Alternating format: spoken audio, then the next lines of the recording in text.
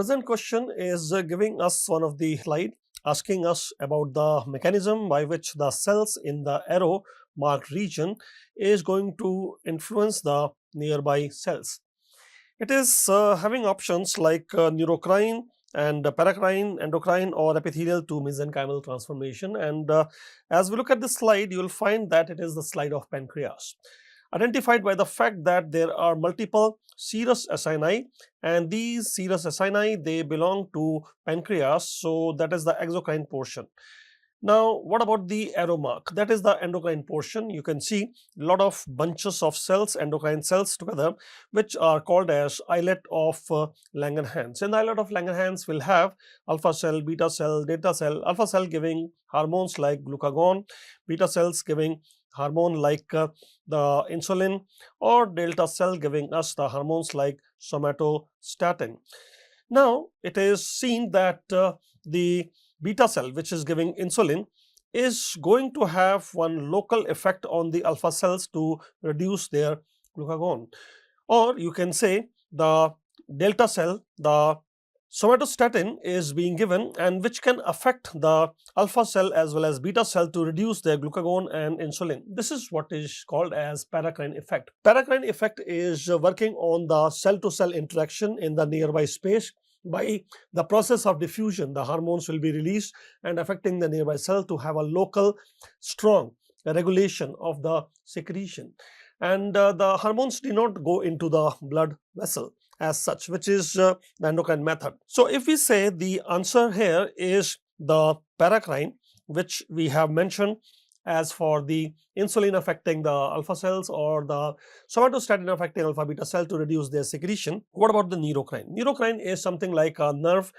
affecting a muscle. There is a neuromuscular junction, there is release of acetylcholine working on the muscle contraction. That kind of neuronal distribution or use of acetylcholine is not seen in the pancreas, these endocrine cells, because they are not neurons as such.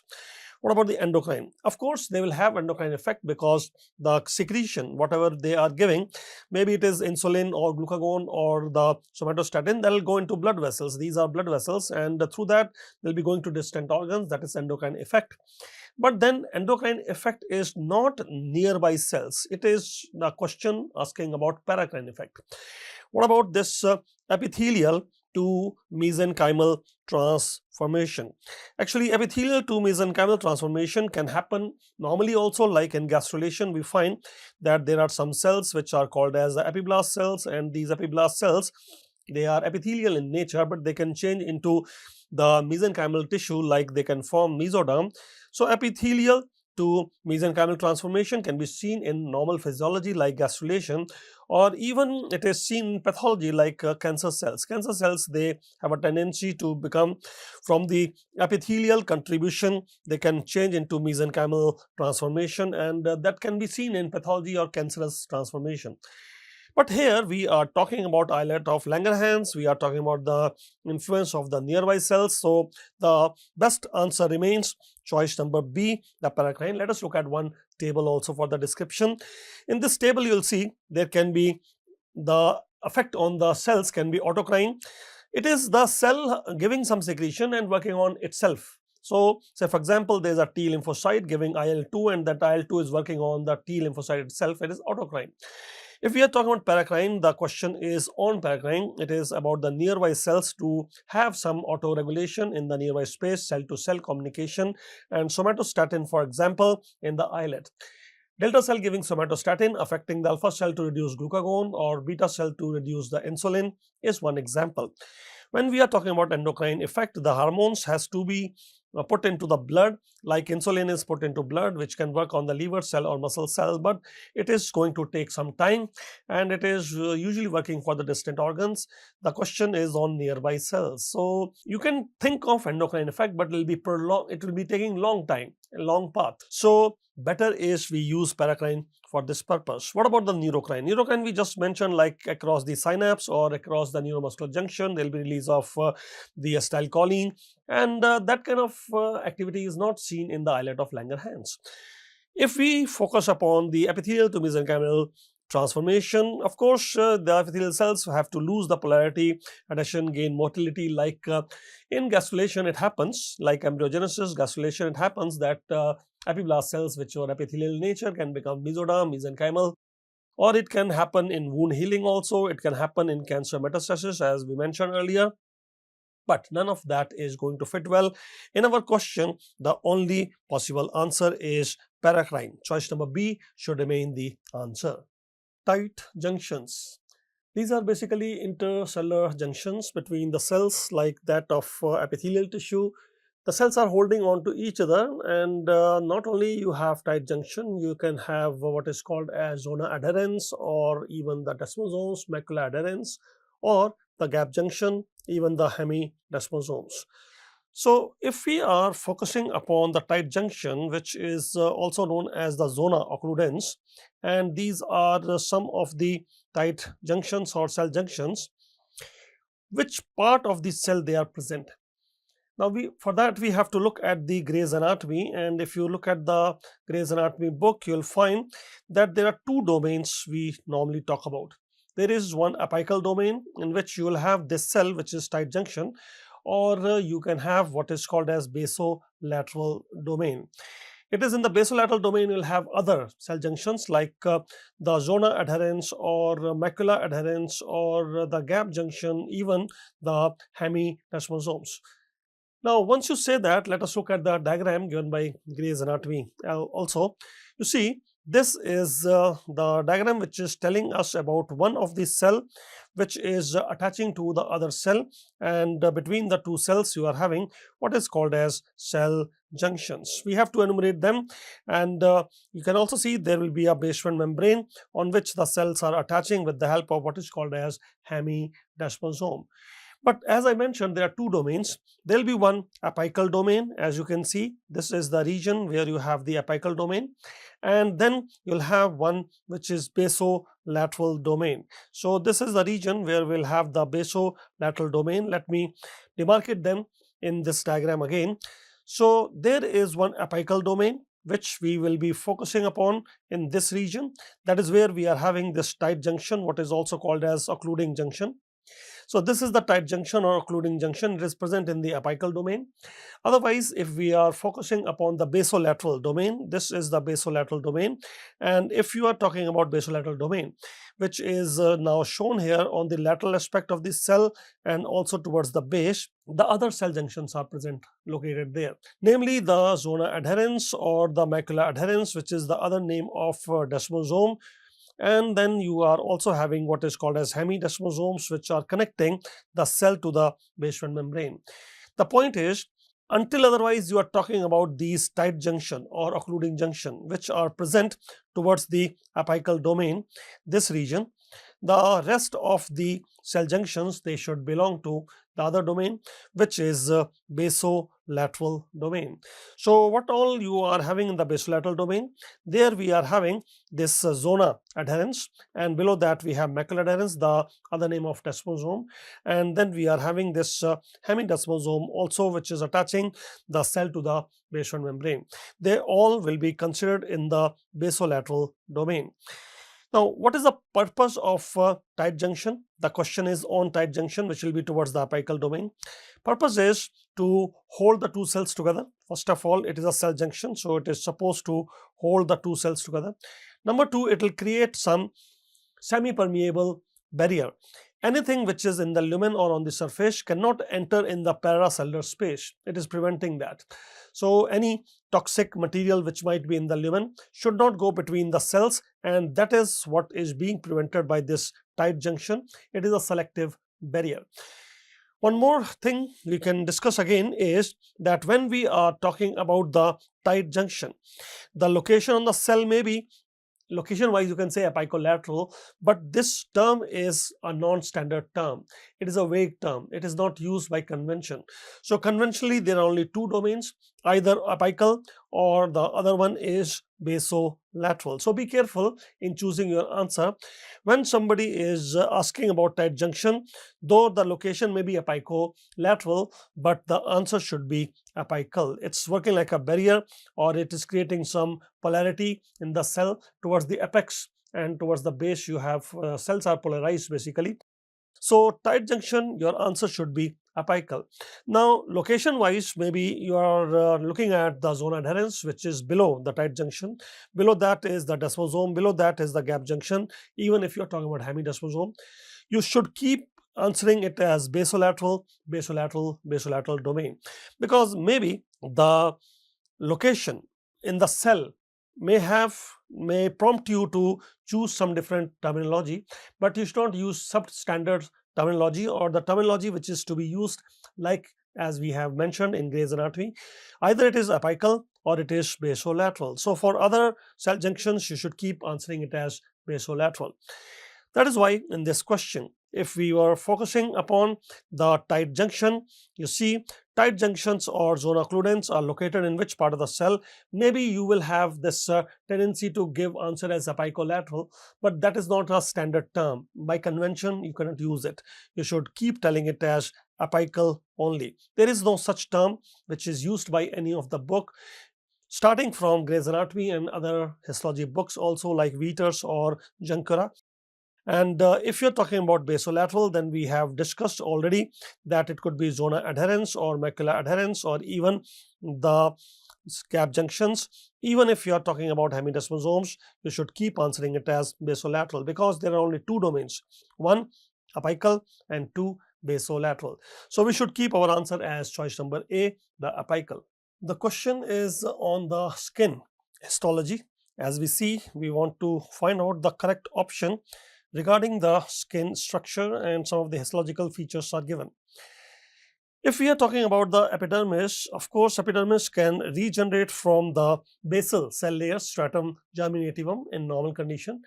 But if it is pathological condition, like there is a burn in the skin, then the stem cells can be present in the hair bulb or sebaceous gland or even the sweat glands. There are some of the stem cells and they can help in skin regeneration. So this is a true statement that is we are going to consider. Now, as we are focusing upon the next statement, stratum corneum, that is the superficial layer, topmost layer of the skin, is outermost, that is correct, but it is not cellular. It is keratinized dead cells basically, and since they are dead cells, they will have no cell membrane as such, no cell organelles, the nuclei are compromised. So this is actually a false statement, cannot be taken as true. When we are now focusing upon choice number 3, option number 3, basically epidermis is ectodermal, that is true because it is a surface ectoderm which will form the skin epithelium, and that is what is called epidermis. But if you focus upon the dermis, below that means subepithelial connective tissue or even hypodermis, that will be coming from mesoderm. And since we know that, it is understood that choice number 4, where they are mentioning dermis and hypodermis are endodermal, that is going to be a false statement because it is not endodermal, it is mesodermal. If we talk about the endoderm, endoderm is going to give us some epithelium of the gut tube, respiratory tube, or the lower part of genitourinary tube. Not only epithelium, their glands also, they're all endodermal. But the skin, below that skin, if you are talking about the skin epithelium, below that is the dermis or hypodermis, that is mesodermal, not endodermal. So it is a false statement. Let us gather some more information by looking at some of the diagrams. Like here you see, this is the skin epithelium, which is stratified squamous keratinized epithelium, and it is dipping down into the hair bulb region as well. That is why in the hair bulb near the base or even in the glands, like you see, this is the skin epithelium dipping down into the hair follicle, and they will have some stem cells in the hair follicle also. But also this sebaceous gland, it will be having some stem cells which can help in the epithelial regeneration, especially if we are talking about some pathological conditions like burns. The stem cells are present even in the sweat glands. These are the sweat glands. They can also help us in skin regeneration. Now, when we are looking at the skin epithelium, there are certain layers. It is basically the basal layers, which are stratum germinativum, which will have stem cells to give normal epithelial regeneration. But in the pathological conditions, like I told, burns, it can be coming from other skin appendages also, like hair follicle or the sweat gland or the sebaceous gland. Now, as we talk about the topmost layer, this is the topmost layer, which is called as stratum corneum. You will have some of the dead cells, as you see here, and they are getting desquamated. They do not have any cell organelles or any nuclei. So of course, stratum corneum is the outermost, the superficial most layer, but it is not cellular, it is acellular. With that information, as you come back to our question, you see we have chosen our answer as a combination of 1 and 3 because we wanted the correct statement, and statement 1 is correct since epidermis can regenerate from hair bulb, sebaceous gland, even the sweat glands. And number 3, epidermis is ectodermal in origin. So only these two are fitting well. Otherwise, this is a false statement because the outermost layer is not cellular, it is acellular. D, it is keratinized and dead cells basically. And similarly, choice number D or fourth choice number 4 is not correct because it is not endodermal, they are basically mesodermal. So only 2 options are correct, and that is what we have chosen. Choice number A should remain our answer. One histology slide and asking us about the arrow marked structure. As you can see, this is the region they have put the arrow mark, and this is one of the respiratory tube pathway which we have to identify because the question is asking us whether it is intrapulmonary bronchus or a bronchiole which could be terminal or respiratory bronchiole, or is it alveolar sac. Now, before we try to find out our answer, let us gather some information regarding the respiratory tube. You will find in this diagram that when we talk about the trachea and the bronchus, it is basically the conducting pathway. So in this diagram, you see this is the boundary line. Above that is the conducting pathway, means just to carry the air, and beyond that is the respiratory pathway. Respiratory pathway starting with respiratory bronchiole, going on to alveolar duct, alveolar sac, and alveoli. Why would you say that below this line is the respiratory pathway and before that is conducting pathway? Because the alveoli, the respiratory gas exchange begins in this region.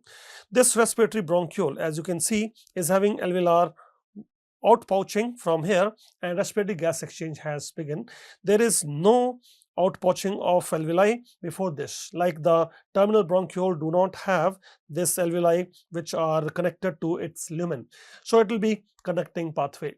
When we are talking about the conducting pathway, it will be the last thing, terminal bronchiole, and beyond that will be the respiratory pathway.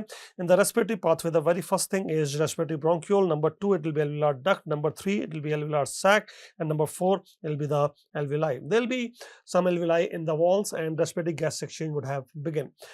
Now, as you talk about the epithelium, you will see that epithelium in the trachea and the bronchus is quite taller. It is pseudostratified ciliated columnar epithelium with the goblet cells. But the height of the epithelium keep on reducing, as you see, because towards the alveolar level, there will be simple squamous epithelium. For good respiratory gas exchange, a thin membrane is required.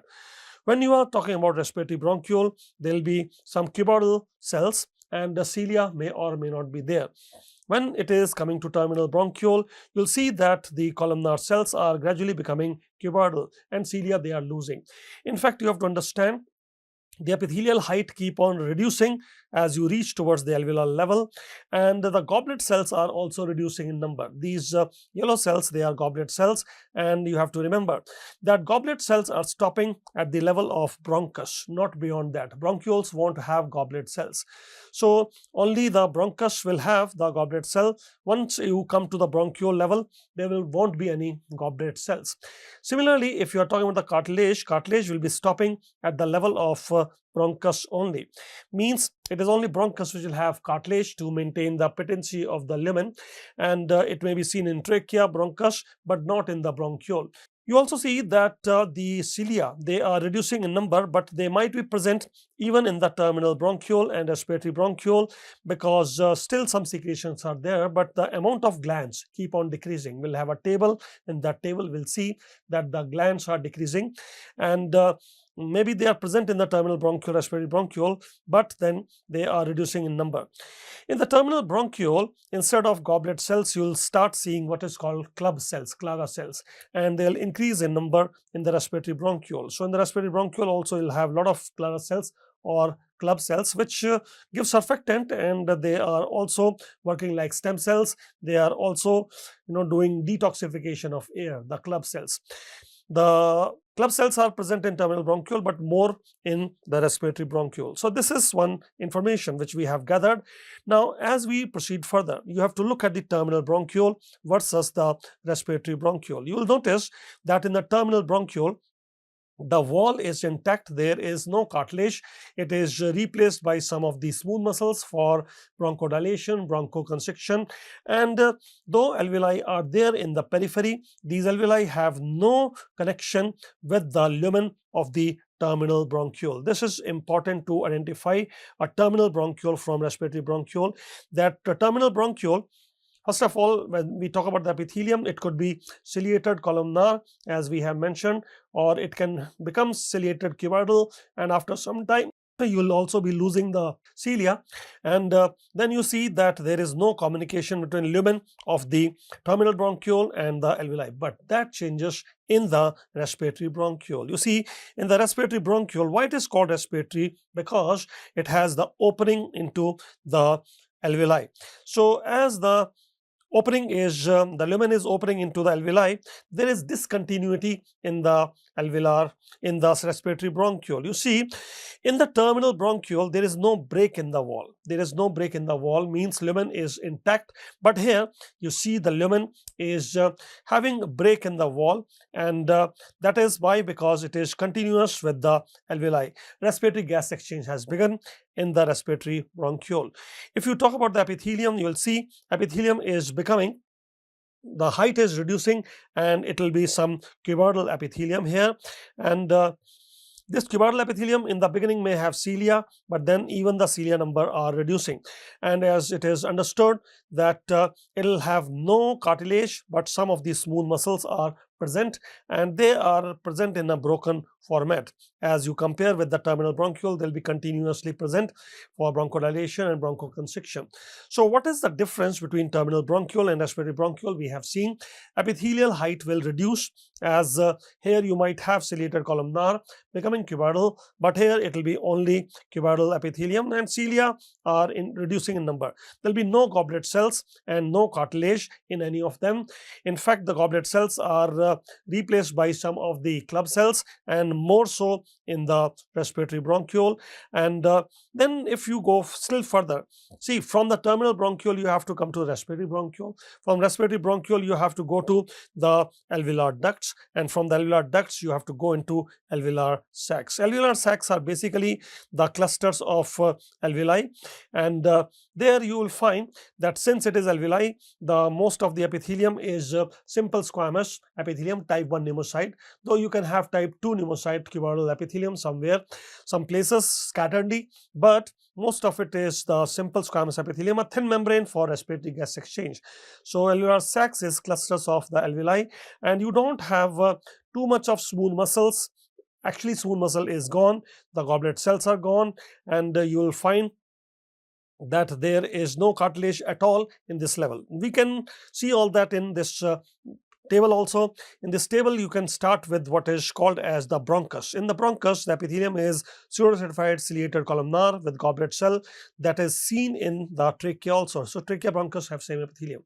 But in the terminal bronchiole, as you see, the height of the epithelium is reducing. It is ciliated columnar becoming cuboidal, but there are no goblet cells. Instead, there will be some Clara cells which are present, which is also called as club cell. Now, if you are looking at the respiratory bronchiole, you see the respiration has begun. The respiratory gas exchange has begun because there is a communication of the lumen with the alveoli. So it is simple cuboidal epithelium. The epithelium is still reducing in the height and interrupted by alveoli. And if you look at the alveolar sac, it is nothing but clusters of alveoli. So simple squamous epithelium, plus intermittently you can have type 2 pneumocyte, which is basically cuboidal, but most of the lumen is lined by simple squamous epithelium, which is type one pneumocyte. Now, as we proceed further, what about the cartilage? Cartilage is present in the trachea as well as bronchus, but you don't have any cartilage in the bronchiole or in the alveoli. When we talk about smooth muscles are present in the bronchus and in the trachea also, but then in the terminal bronchiole you see that smooth muscles are replacing the cartilage.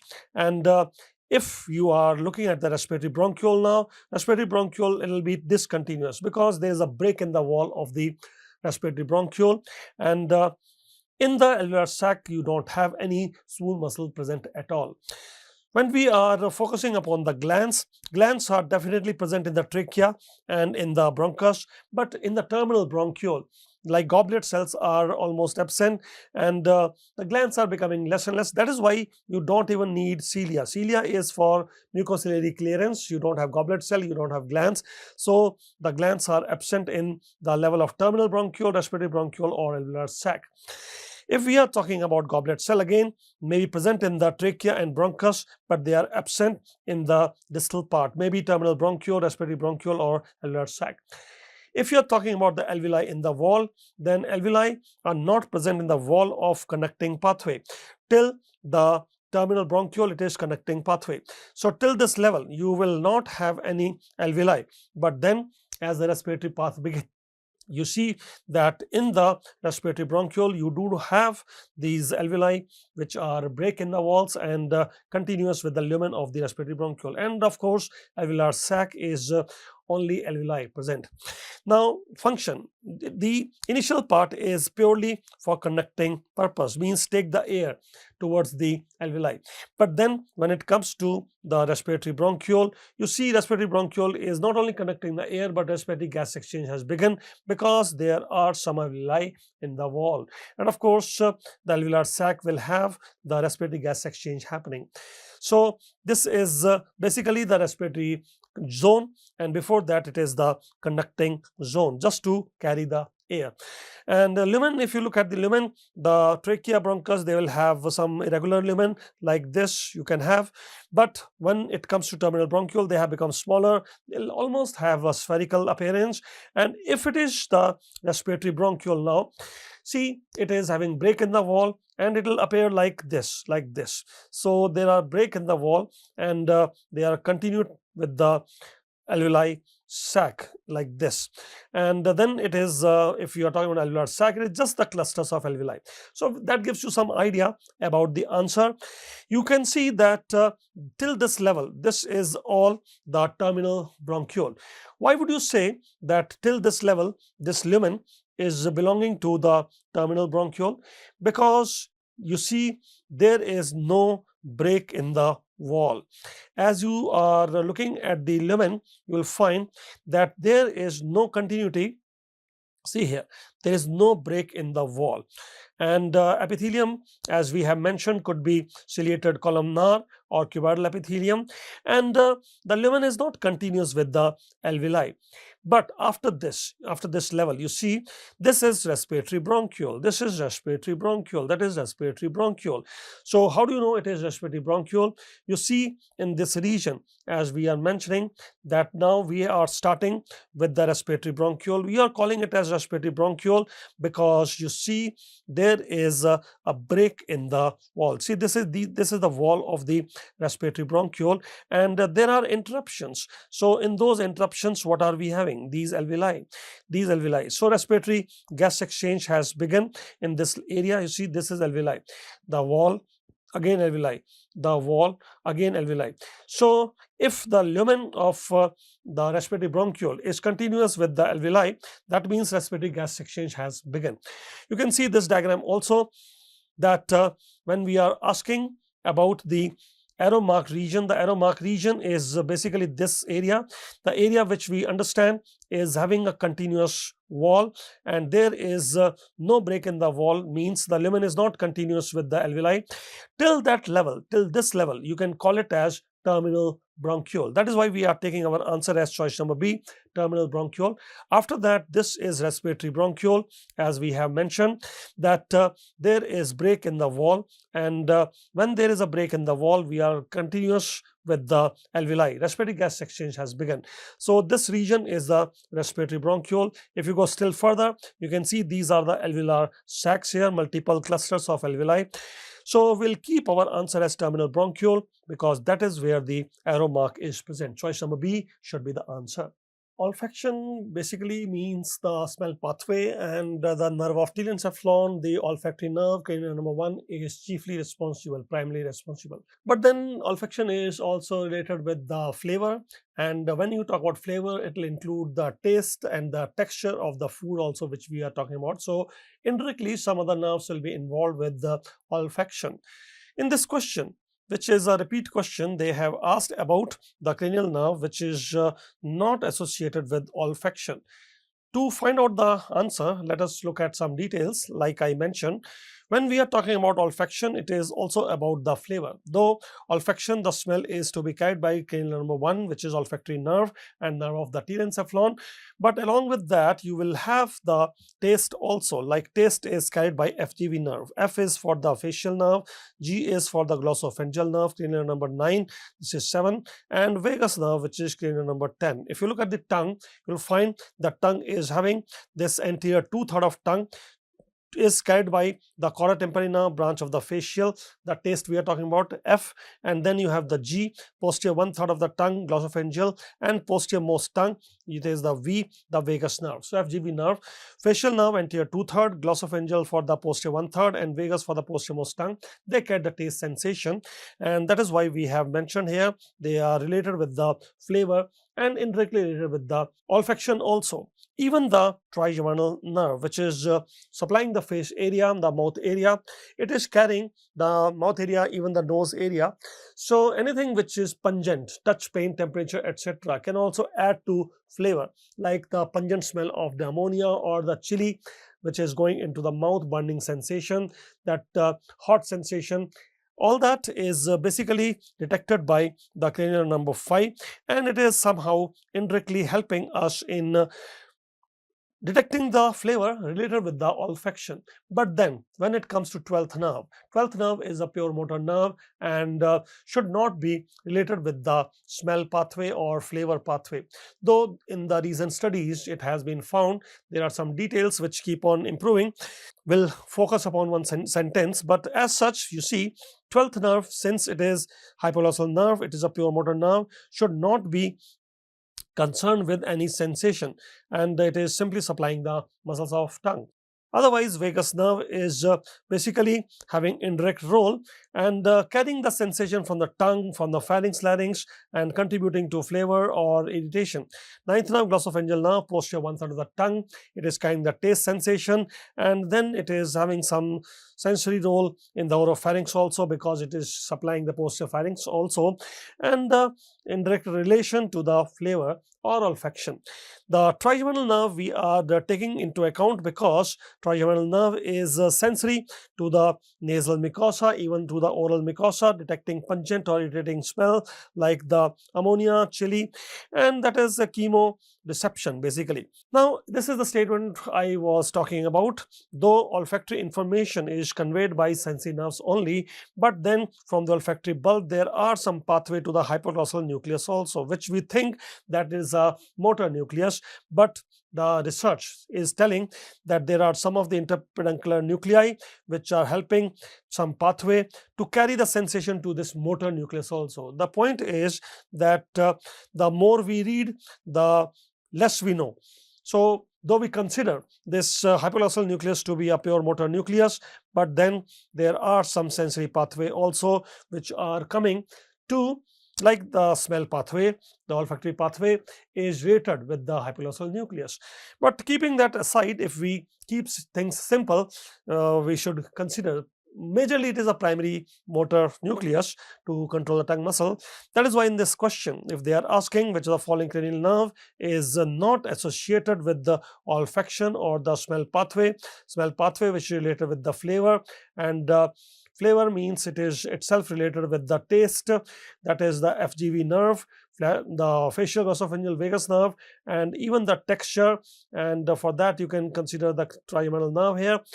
So 10th nerve, ninth nerve, 5th nerve, or 7th nerve, they are okay, but not the 12th nerve. That should remain our answer, because for most of our purpose, it is a pure motor nerve. Though recently there are mentioned, some of the authors are mentioning that it has some sensory pathway related to it, but still A remains the most appropriate choice here among all the four is the 12th nerve, hypoglossal nerve, supplying the tongue muscles, not related with the sensory pathway at all. Cleft lip repair. Cleft lip basically happens because there is a non-fusion of the medial nasal process with the maxillary process. It can be unilateral or bilateral. So when the maxillary process is not meeting with the medial nasal process, there can be cleft lips. Even the cleft palates can be there deeper. If we are repairing them, then we have to take care of this muscle, which is all around the oral cavity, which help us to close the mouth or make the O. That is orbicularis oris. That is the first muscle. Second, we have to focus upon the levator levi superioris also in a sequence, means you are going to second muscle now, which elevates the upper lip, that is levator levi superioris. Then you have to focus upon this angle of the mouth also, the zygomaticus major and minor. You can work upon them, and because not only you are supposed to maintain the function but also the aesthetics, means the beauty of the face. And number 4, you can also work upon the LA nasi, because sometimes the cleft lip is affected and the lateral part of the nose is also affected. So LA nasi can also be worked upon. So that means all the choices which are there. Since we are talking about the cleft lip repair, we are going to work upon all these muscles, maybe orbicularis oris or levator levi superioris, zygomaticus major or LA nasi. Let me show you in a diagram also the muscles before we talk about the details. So the sequence which we are following, the very first muscle you are working upon is orbicularis oris. Oris means the oral cavity. It is all around the oral cavity in a circular fashion. And this is the primary muscle which we have to work upon. Then if we are talking about the elevator of the upper lip, that also, especially if there are wider clefts, and the midline, this philtrum has to be maintained properly. Then we are working upon the zygomaticus major minor, because there can be misinsertion of some of these muscles, and normal smile dynamics. If you want the function as well as aesthetics, means it should look beautiful. And then nasalis, if we have this cleft lip can be associated with the nasal defect. So if there's a nasal deformity also, you are working upon that as well to restore the nasal asymmetry. Now, as we are focusing upon these muscles, let me mark the muscle. You see there is this number 1, this is the orbicularis oris muscle. So this is what we are focusing upon, number 1, orbicularis oris. After that, you will find that we are also talking about this levator levi superioris, because levator levi superioris is also inserting on the upper lip. Cleft lips are mostly affecting the upper lip, number 2. Then number 3, you are also talking about this muscle here, which is zygomaticus major and minor. So zygomaticus major and minor, they are also somehow getting inserted on the upper lip. So you have to work upon them also, especially if we are talking about the function of the smile. And then as we proceed further, you can also look at this also, that is the Alecnase, and this is basically on the nose but also inserts on the upper lip. So we are focusing upon this levator levi superior, Alecnase also. That means all these muscles you have to work upon, but the first you start with is orbicularis oris. So in a sequence you go, and as we have seen, the sequence is number 1, the orbicularis oris, number 2, levator levi superioris, number 3, zygomaticus major and minor, number 4, the LLS Alecnase also. And the best possible answer here, because you are repairing, which is the first one to repair, remains choice number A, orbicularis oris. Diagram based question, putting an arrow on the lateral surface of the lateral pterygoid plate, and from there comes the lateral pterygoid muscle. So the question, as we see, is asking about the action which is carried out by the muscle attached to the arrow mark region. Let us magnify the area, and as you are magnifying this area, you will see that this is the lateral pterygoid plate. Let me shade it here. So this is the region we are talking about. It is the lateral pterygoid plate and also the lateral surface, because if they were putting an arrow on the inside, it will be medial pterygoid from the medial surface of the plate, and on the lateral side it is the lateral pterygoid. And lateral pterygoid muscle not only take origin from lateral pterygoid plate but also from this greater wing of the sphenoid. So there will be a part, show a diagram, that it will be also taking its origin from greater wing of sphenoid and of course lateral pterygoid plate. Actually, this muscle, the lateral pterygoid muscle, is coming from the sphenoid bone. Sphenoid bone is like a butterfly. It will have a body. This is the body of the butterfly, and then it will have two lesser wings, one on the right side, one on the left side. You are looking from the front view on the butterfly, and this butterfly is also having greater wings. So these are the greater wings of the sphenoid on either side, looking from the front view, so right and left side. And it is having these legs. These legs are having the pterygoid plates, and these pterygoid plates, basically the legs, you are having two parts again, and this is the lateral pterygoid plate. So there is a medial pterygoid plate, lateral pterygoid plate, and on the lateral pterygoid plate you will find that there is a muscle which is coming from the medial side, and there is a muscle which is coming from the lateral side. So this is lateral pterygoid muscle, and on the medial side you'll have medial pterygoid muscle. Basically, they are inserting on the mandible to move the mandible. They are muscles of mastication.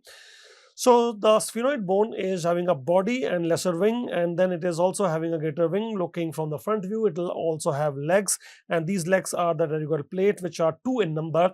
There is a medial pterygoid plate, and then there is this lateral pterygoid plate also. On the lateral pterygoid plate, there are two pterygoid muscles.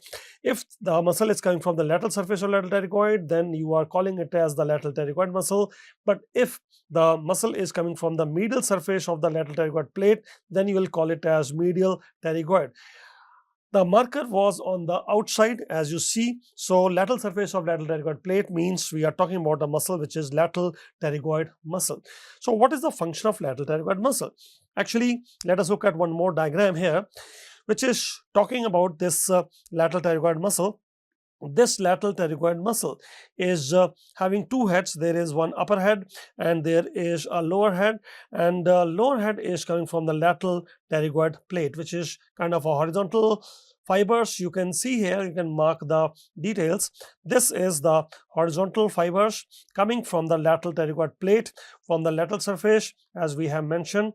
And if we are focusing upon the insertion, then what is the insertion? Insertion is into the pterygoid fovea. That is basically the mandible has this neck has over, that is the condyle. Below the condyle, which is the head of the mandible, you have the neck of the mandible, and there's a pterygoid fovea in which it will be inserting. We'll draw a diagram also. But then it has one more process, and that is coming, the upper head is coming from the greater wing of sphenoid. So greater wing of sphenoid giving the upper head, as you see, and the insertion is here. It has two insertion. One is into the articular disc and the other is into the pterygoid fovea. Let us draw our diagram. So as we are drawing our diagram, this is the mandible bone here. Looking from the right side, it will have this neck of mandible, the head of mandible. Hand of mandible is the condyle, and in the neck you have this pterygoid fovea.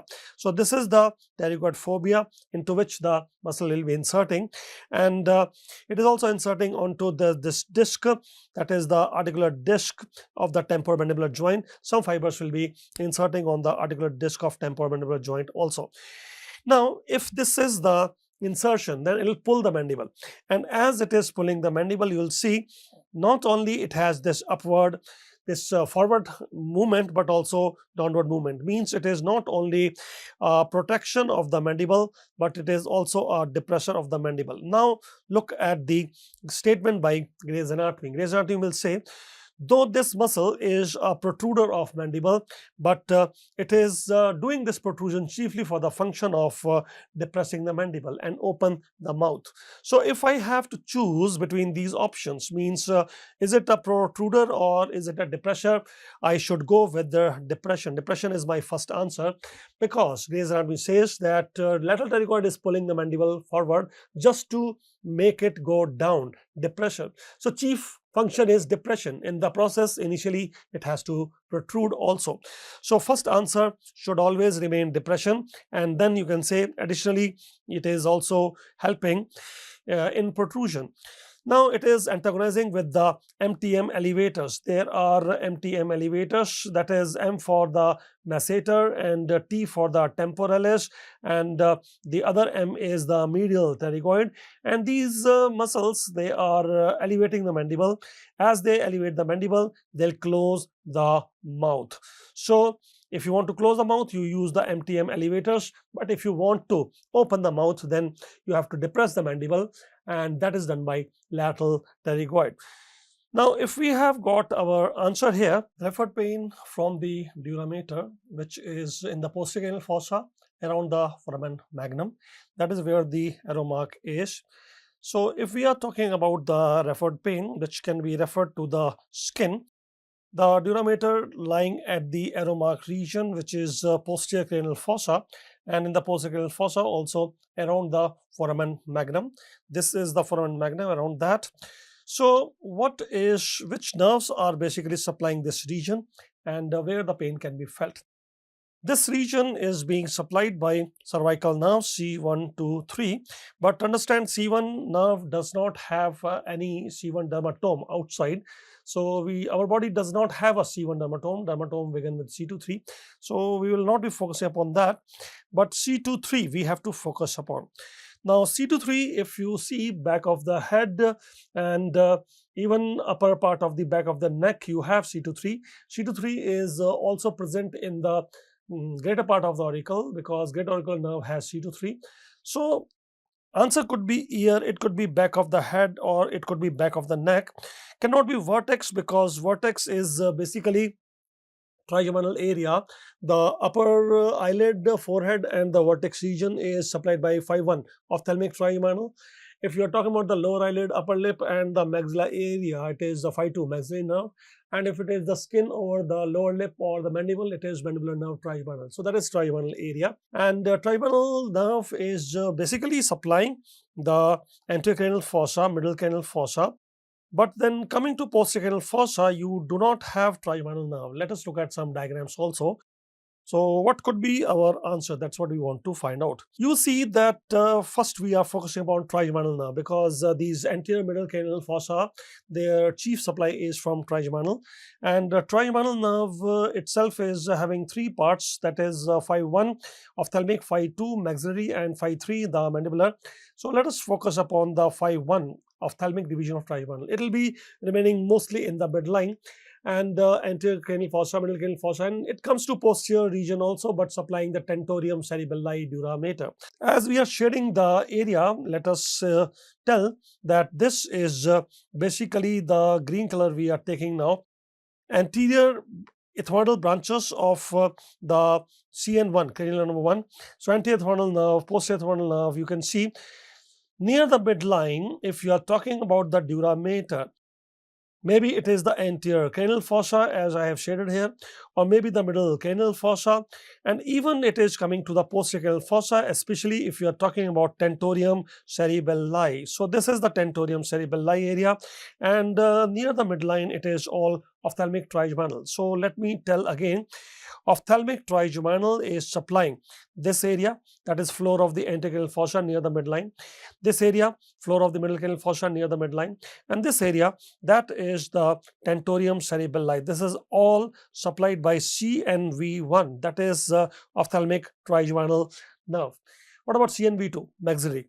As we are talking about CNV2, the maxillary, you will find maxillary nerve is supplying this anterior cranial fossa but slightly lateral, and middle cranial fossa but slightly lateral. So as we are shading the area, you can see this is the region where we are having the mandibular nerve, the maxillary nerve branch of trigeminal, and that is the area we have shaded. Let me show again. If you're talking about the CNV1, ophthalmic trigeminal, it is near the midline in the anterocranial fossa, in the middle cranial fossa, and posterior fossa. It is not in the fossa but on the tentorium cerebelli. So this is the V1 or ophthalmic trigeminal. Now, as you tell V2, that is the maxillary division of trigeminal, it will be at the floor of anterocranial fossa but slightly lateral, and floor of middle cranial fossa but slightly lateral in the territory of superior parietal fissure, which is in this region, that is superior parietal fissure region. So that is the maxillary division of trigeminal. What about the mandibular then? Mandibular nerve is much more lateral. As you can see now, we are shading.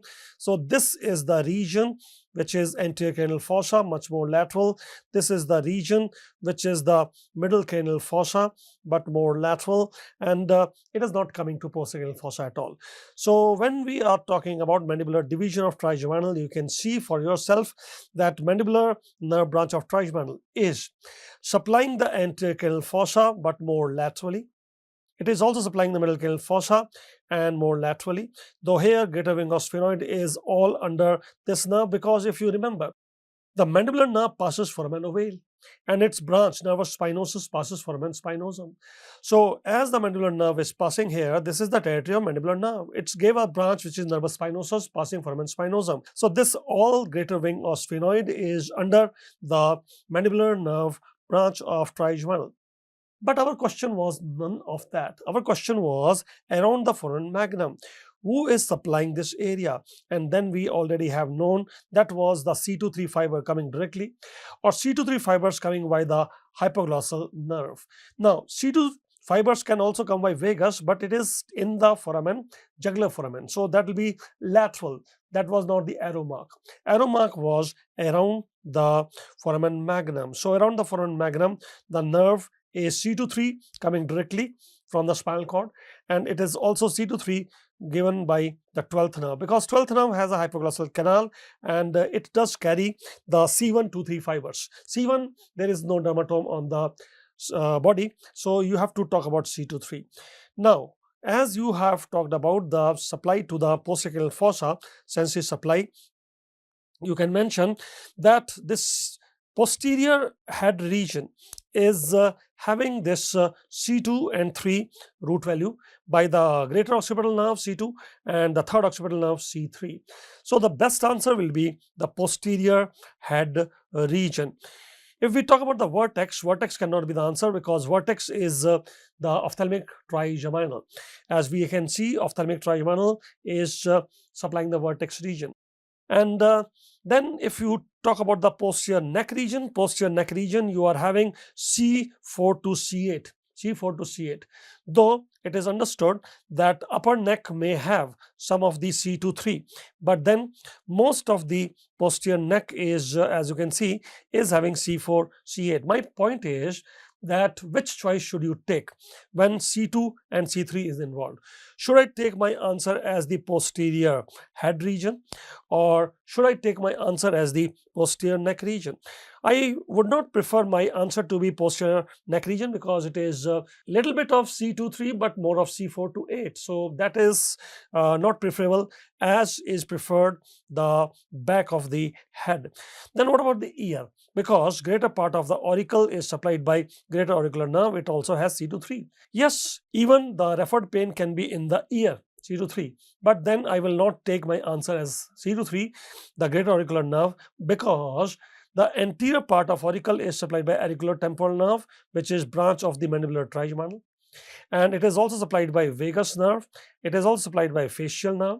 So auricle has several nerves to supply, and not only just the greater part of auricle supplied by greater auricular nerve. So that is why ear can be having referred pain, but since the ear has multiple nerves, it also becomes kind of see, we have to choose the most appropriate answer. Let me show all this in a table also. In the table, you will see that vertex cannot be your answer. Why the vertex cannot be your answer? Because it is ophthalmic trigeminal. It is ophthalmic trigeminal, which is supplying the region of anterior cranial fossa, middle cranial fossa, and near the midline. we have seen ethmoidal nerve supplying that area. It came to the posterior fossa, but in the posterior fossa, it was supplying the tentorium cerebelli, not the posterior fossa. So it was supplying tentorium cerebelli, not the fossa. So the vertex is a different area, and it is basically anterior and middle canal fossa nerve supply, and not involved in posterior fossa innervation.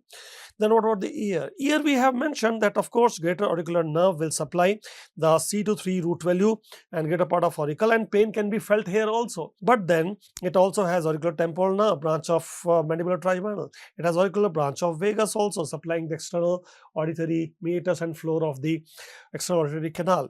So there are some different nerves supplying this area, diluting the effect, and that is why if you say no connection to posterior fossa, we are talking about these nerves, the auriculotemporal nerve and auricular branch of vagus glossopharyngeal supplying the auricle. Otherwise, of course, posterior fossa, you have C to 3, and there will be pain in the ear because of that greater auricular nerve. Even lesser occipital nerve is supplying the upper part of the auricle here. So what about the back of the head? That seems to be the best possible answer, because back of the head supplied with greater occipital nerve, that is C2, and the third occipital nerve C3. So that appears to be the best possible answer, and occipital region, basically that is the correct option, the most appropriate option. And taking back of the neck is okay, like C2 to C4 it is supplying, like the lesser occipital nerve and even the great auricular nerve supply this region. But then most of the back of the neck is basically supplied by C4 to C8. So that also is not chiefly C to 3. In that context, that is why I have taken my answer as back of the head, because the greater occipital nerve or the C3 value, this is C to 3, that is C3 value, third occipital nerve, is the best possible referred pain. Though referred pain will also be to the ear, because greater auricular nerve, that is having C to 3, but I have not taken this value because auricle is also supplied by auricular temporal nerve and the vagus nerve and the facial nerve, so diluting the impact. And vertex, we cannot take our answer because it is the supply territory of ophthalmic trigeminal, and back of the neck we could have taken, but it is C4 to C8 basically, chiefly, and though it has some, means the pain can be in the upper neck but not in the lower neck. So the best possible answer remains choice number C, fishbone in the piriform fossa. This question is upon a 50-year-old male who is presenting with the intense right-sided neck pain, and that pain is radiating to the right ear also. It is referred otalgia. This territory is related to the ear because the auricular branch of vagus is connected with the superior laryngeal nerve, that is a branch given internal laryngeal nerve. So referred otalgia can be there, and the foreign body sensation is being felt with the discomfort and difficulty on swallowing. Basically, laryngoscopy shows that there is a fishbone impacted in the right-sided piriform fossa. So irritation of which nerve is causing this pain? We have to remember that the posterior most tongue and the epiglottis and the piriform fossa, they have the same nerve supply. So who is this nerve supply? The posteriormost tongue epiglottis develop in fourth arch, and the nerve of the fourth arch is basically the branch of vagus superior laryngeal nerve giving sensory nerve, which is internal laryngeal nerve. So it is the internal laryngeal nerve which is the responsible nerve here. And when you are trying to remove the fishbone from this piriform fossa, you should not damage internal laryngeal nerve, because this is important for cuff reflex also. If the cuff reflex is gone, then there are chances, you are increasing the chances of aspiration, pneumonitis. So these are all basic things which we should be knowing about the nerve. So as we are looking at a coronal section, we have removed some part of the body and looking from the front view into the piriform fossa or piriform fossa. It is basically, see, behind the nose we have nasopharynx, behind the oral cavity we have oropharynx, and behind the larynx we have laryngopharynx.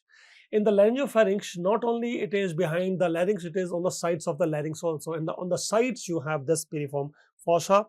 The upper part is quite wide, and it goes down, narrowing down. So the shape of that is piriform.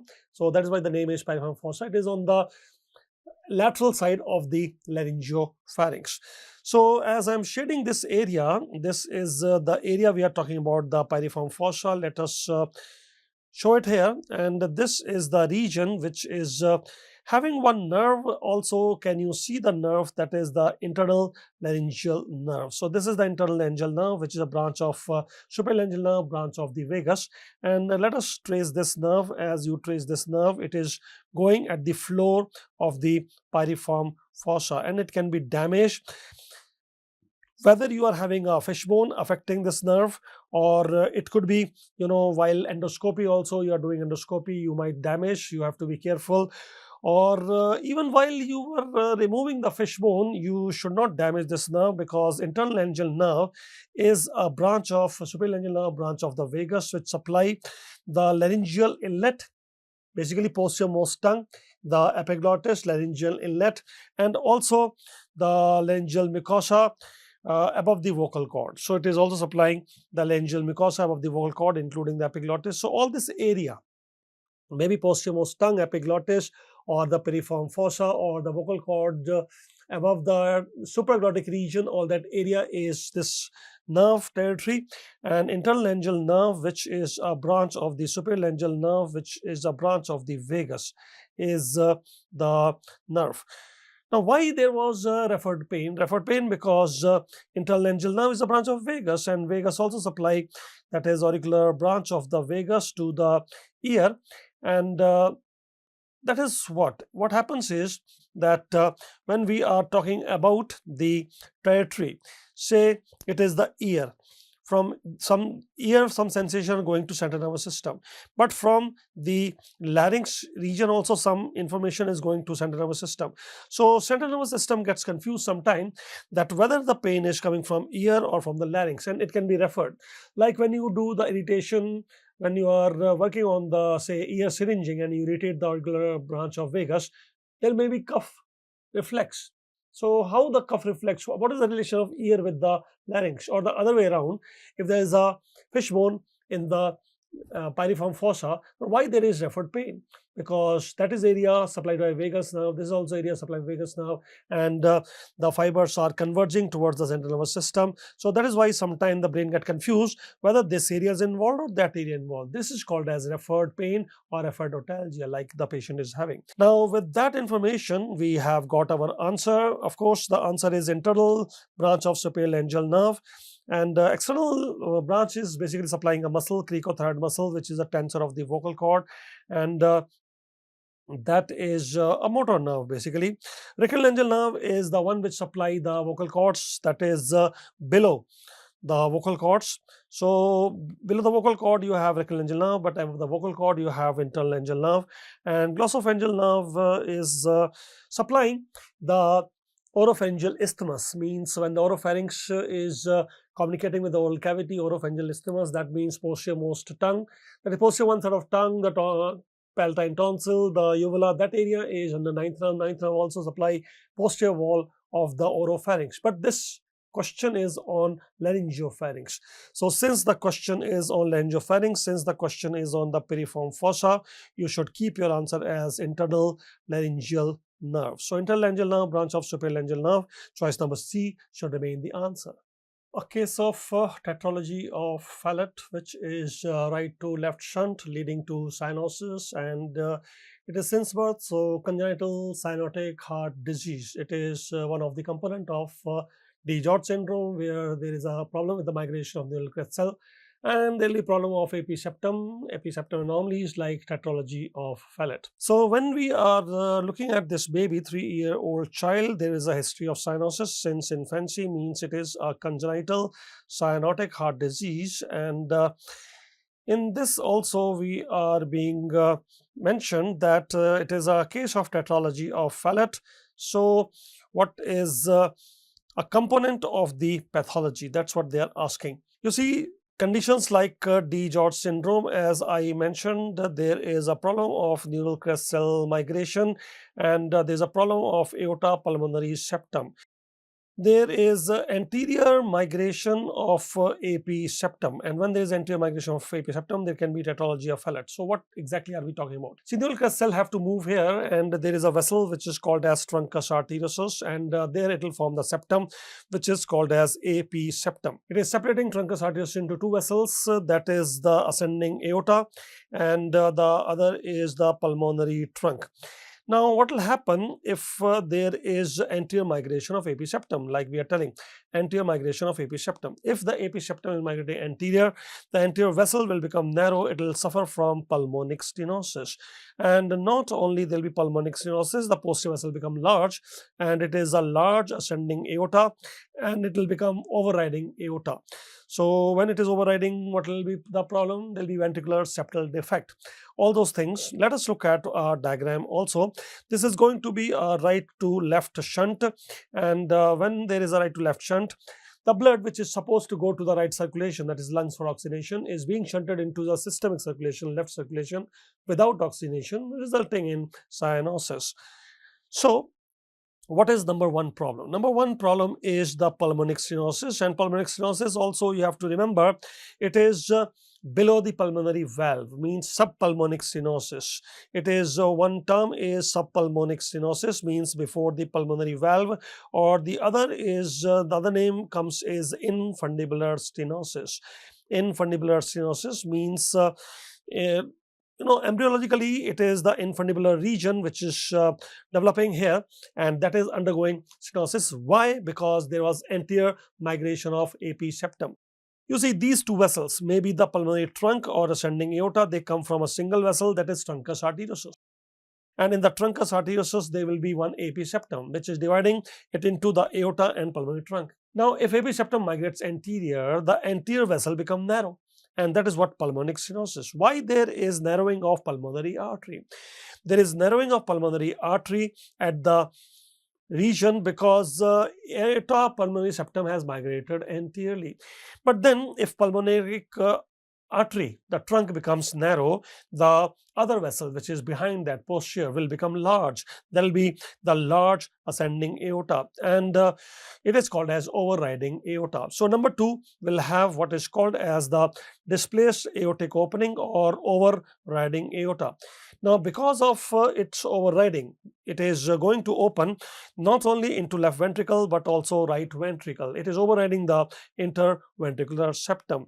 It has become very large. See, normally it is the left ventricle which will send the blood into the ascending aorta.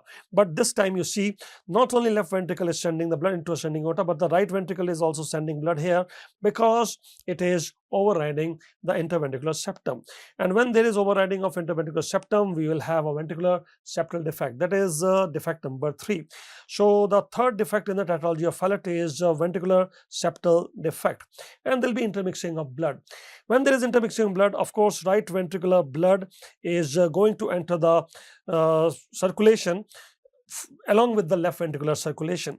So what is the problem? Problem is, see, normally the left ventricle has a ratio of 3:1 in the thickness. Means normally the left ventricle is 3 times thicker than the right ventricle, because left ventricle has to push blood into systemic circulation and right ventricle has to push blood only till the lungs. So left chambers are thicker. But see here, this time the right ventricular is undergoing hypertrophy. It has become 3 times thicker than the left ventricle, just exactly the opposite dimension. But why there is right ventricular hypertrophy? This is the fourth component now. So as you look at the fourth component, there is right ventricular hypertrophy. But why? There are two reasons that lead to this hypertrophy. What are the reasons? Number one, see, right ventricle was trying to send blood into this narrow vessel, that is pulmonic stenosis. So it has to work hard against the resistance. It will undergo hypertrophy. Number two, since it is unable to send blood into pulmonary trunk, it is trying to send blood into the ascending aorta, which is at a high pressure region. And because it is at a high pressure pumping, so again it will undergo hypertrophy. So it is undergoing hypertrophy. So why there is right ventricular hypertrophy? So much so that it has become 3 times thicker than the left ventricle and reversing the normal ratio of 3:1. It has become 1:3. Why? Because of two reasons. Number one, pushing the blood into narrow pulmonary stenosis against resistance, it has to undergo hypertrophy. The right ventricle has to undergo hypertrophy. Number two, it is pushing the blood into this high pressure zone, aorta. So again, it is undergoing hypertrophy. Some people can have atrial septal defect also, and that is the fifth component, becoming pentology of Fallot. So in pentology of Fallot, you can have ASD also. Now, as we come back to our question was asking that it is a 3-year-old child with history of cyanosis since infancy, means congenital heart disease, tetralogy of Fallot, which is the component. See, it cannot be ASD. If it is ASD, you will not call it as tetralogy. You'll call it as pentology of Fallot. Then it will become pentology. It is not left ventricular hypertrophy, it was right ventricular hypertrophy. So that is not the answer. It is not transposition of great arteries. Transposition of great arteries is different scenario altogether. There will be the episeptum is not spiral, that is the vessels are not spiral, they have become transposed, that is a different pathology altogether. So our answer is infundibular stenosis, which is in the pulmonary trunk before the valve. You can also call it as subpulmonic stenosis. So subpulmonic stenosis, but be careful that this subpulmonic stenosis, sometime it can be valvular level also, or distal to the valve also, supravalvular. Normally it is infravalvular, but be careful that there are variations. It could be valvular stenosis and it could be even supravalvular stenosis. So most of the time it is infravalvular, or what is called as subpulmonary stenosis or infundibular stenosis. So we should keep our answer as choice number C. A transverse section in the thorax region, and we are being asked about various chambers and the vessels which are entering or leaving the heart. We are told to match the following, and as you see, this is one statement asking receive oxygenated blood. That is going to be the left atrium. Left atrium will be receiving the blood by 4 pulmonary veins. Now, when we are talking about hypertrophies in pulmonic stenosis, right ventricular hypertrophy, like we see in tetralogy of Fallot also, if there's pulmonary stenosis, there'll be right ventricular hypertrophy. Right ventricle you are talking about. When you look at choice number C, arises from the left ventricle. What arises from left ventricle is the ascending aorta. So we have to talk about ascending aorta, and then option number 4 lies to the right of ascending aorta. Now, what is lying to the right of ascending aorta is a vessel. So which vessel are we talking about? It is basically superior vena cava. How? Let me show. Look from the front view, you'll find the heart is looking like this. This is the heart, where we can show 4 chambers. Like this is left ventricle having the apex. This is the right ventricle, that is the right atrium, and part of the left atrium, that is left auricle, can be seen. Let me zoom this area. So when we look at the heart, you will see that this is the region of the right atrium. Left atrium is mostly to the posterior side. It is related with the thoracic vertebra posteriorly. You cannot see much of left atrium anteriorly, though a part of it, left auricle, can be seen. So left ventricle making the cardiac apex here, and this is the right ventricle. Right ventricle is also called sternocostal surface because it relates with the sternum and the costa anteriorly. So sternocostal surface, when you look at behind the sternum towards the left side, the ribs, that is the right ventricle chiefly, and the left ventricle forming the left border of the heart, and right atrium forming the right border of the heart, and the left atrium forming the superior border of the heart, and inferior border chiefly by the right ventricle. With all that overview, you see that superior vena cava is entering the right atrium. So we are showing here, let us use some other color also. Superior vena cava is entering the right atrium. Now, what is right ventricle giving? The right ventricle was giving what is called as the pulmonary trunk, and it runs towards the left side. So as you are shading this region also, that the right ventricle is sending the pulmonary trunk, and pulmonary trunk is ascending up and towards the left side. We can mark it here as the pulmonary trunk. Now, pulmonary trunk goes like that. Behind that comes the ascending aorta from the left ventricle and moving towards the right side. They cross each other like that. So now we are showing the left ventricle, which is sending the ascending aorta. And as the left ventricle is sending the ascending aorta, it will be going towards the right side. We can show that here in the shaded region, that there is a left ventricle which is sending the pulmonary, this ascending aorta, and ascending aorta is moving towards the right side. So this is three vessel relation which we have to see, remember. And if there is one transverse section taken here at this level, what are the three vessel relation? Who is to the right side? It is superior vena cava, like this. Then who is sandwich in the middle? Sandwich in the middle is the ascending aorta. And who is to the left side? Left side is the pulmonary trunk. So remember that it is superior vena cava, then you have ascending aorta, sandwich in between, and then you have pulmonary trunk which is bifurcating. That bifurcation will be here.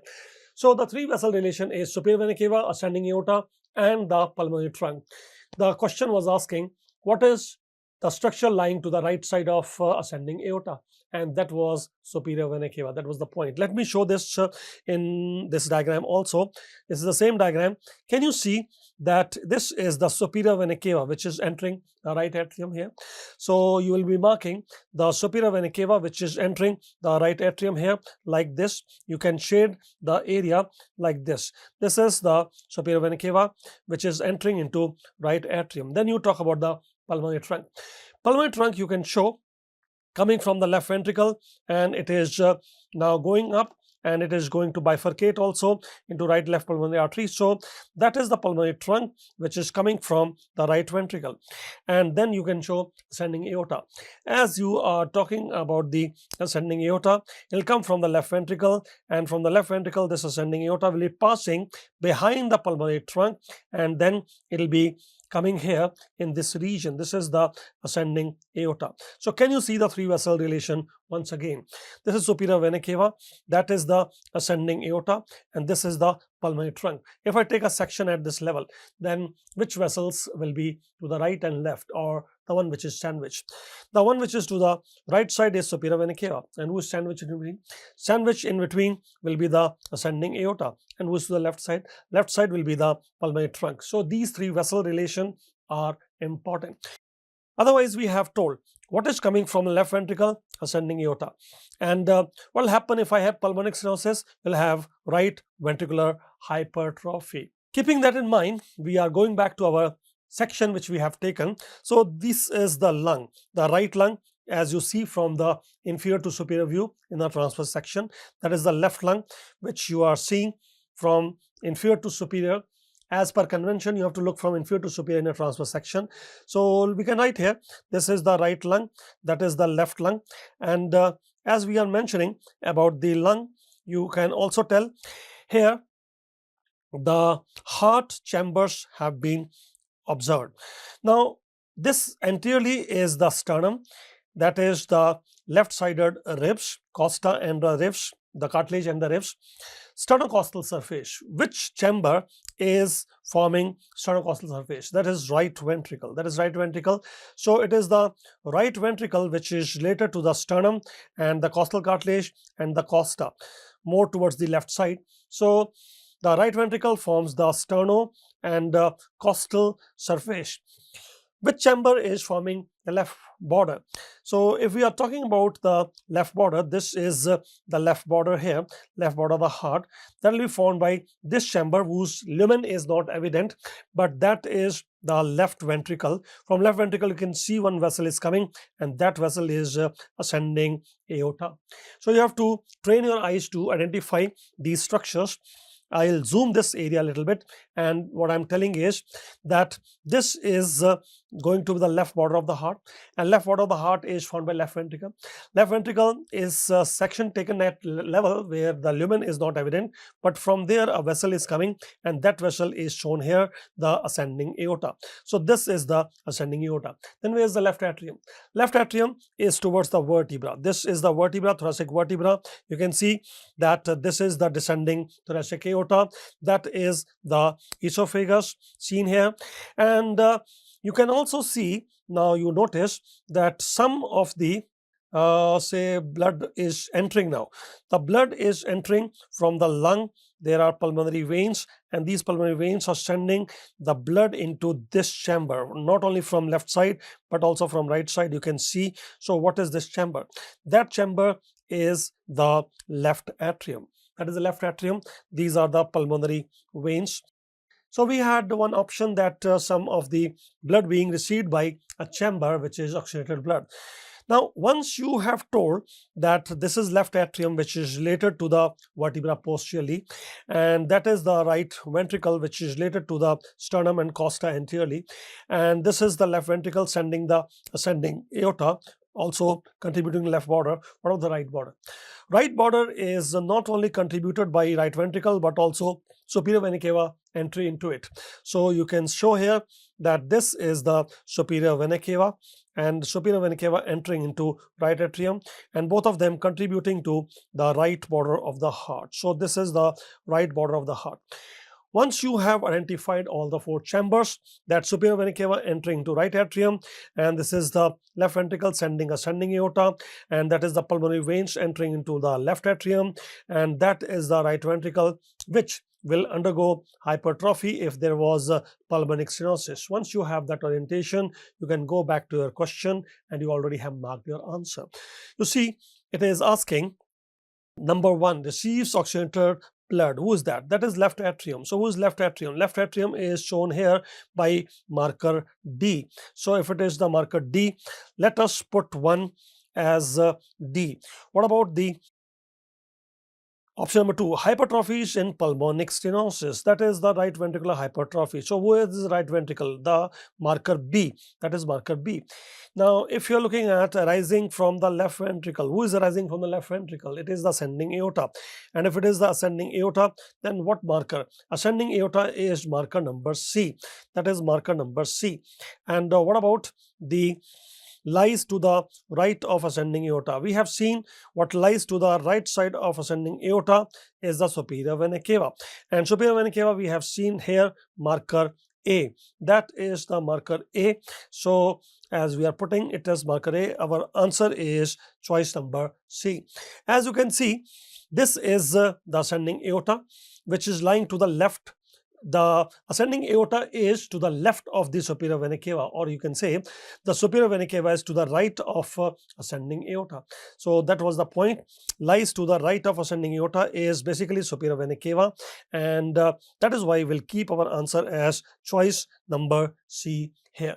Muscles supplied by D branch of ulnar nerve. When you talk about D branch of ulnar nerve, you are talking about the nerve which is passing through the Guyon's canal here to the hypothenar area, supplying muscle, which is muscle group, which is hypothenar muscle group, that is digiti minimi muscles, and then also supplying the all the interossei, basically that is for palmar, for dorsal interossei, and also lumbrical for these two fingers, and then it is also supplying some part of the thumb region muscle, like deep muscle, because it is a deep branch of ulnar nerves that will supply the deep muscle of the hand, the thumb, ADD adductor pollicis. It is also supplying deep head of the flexor pollicis. Otherwise, when you talk about the thumb area, it is chiefly to be supplied by median nerve, like median nerve supplying the superficial head of flexor pollicis brevis or abductor pollicis brevis or opponens pollicis.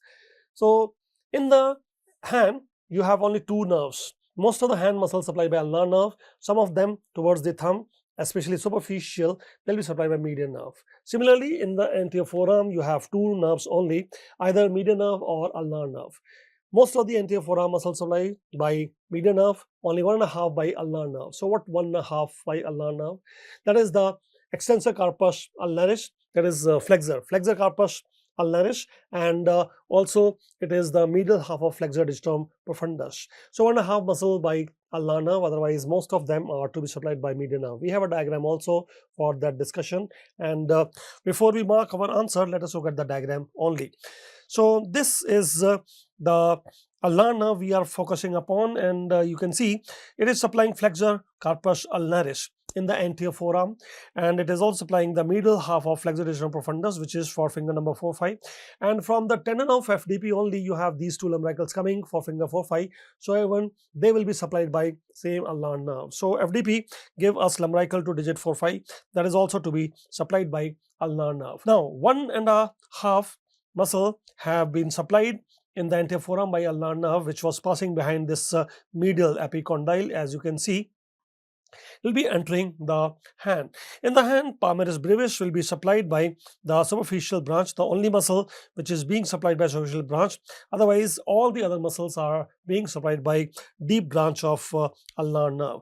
So, who is being supplied by this deep branch of ulnar nerve? That is, we have mentioned hypothenar muscles. Hypothenar muscles are digiti minimi muscles, and these digiti minimi muscles could be, we can have abductor, we can have a flexor, or we can have opponents. You can just keep on adding the name digiti minimi, all supplied by deep branch of ulnar nerve. Ulnar nerve supplying 4 palmar interossei and 4 dorsal interossei by deep branch, because these muscles are very deep, interossei, between bones. So they are very deep muscles supplied by deep branch of ulnar nerve, 4 palmar, 4 dorsal interossei. Because this is a nerve having deep branch, it is supplying deep muscle of the thumb also, a double D, adductor pollicis. Adductor pollicis is quite a deep muscle and to be supplied by ulnar nerve. It is also supplying deep head of flexor pollicis brevis.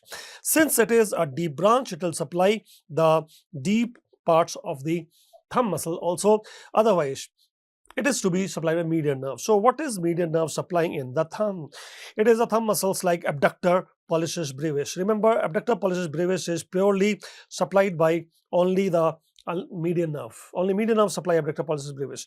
Otherwise, superficial head of the flexor pollicis brevis is to be supplied by the median nerve. That means that this flexor pollicis brevis is basically a hybrid muscle, since the deep head is being supplied by deep branch of ulnar nerve and superficial head by the median nerve. So it is a hybrid muscle having two nerve supply. It was the median nerve which is also supplying opponens pollicis. So if the median nerve is supplying opponens pollicis, superficial head of flexor pollicis brevis and abductor pollicis brevis, ulnar nerve we already have discussed. That will give us an idea about this question which was asking, which of the following is supplied by deep branch of ulnar nerve? See, flexor carpus ulnaris is already supplied in the anterior forearm, and that is not a deep branch. It is just a muscular branch in the anterior forearm.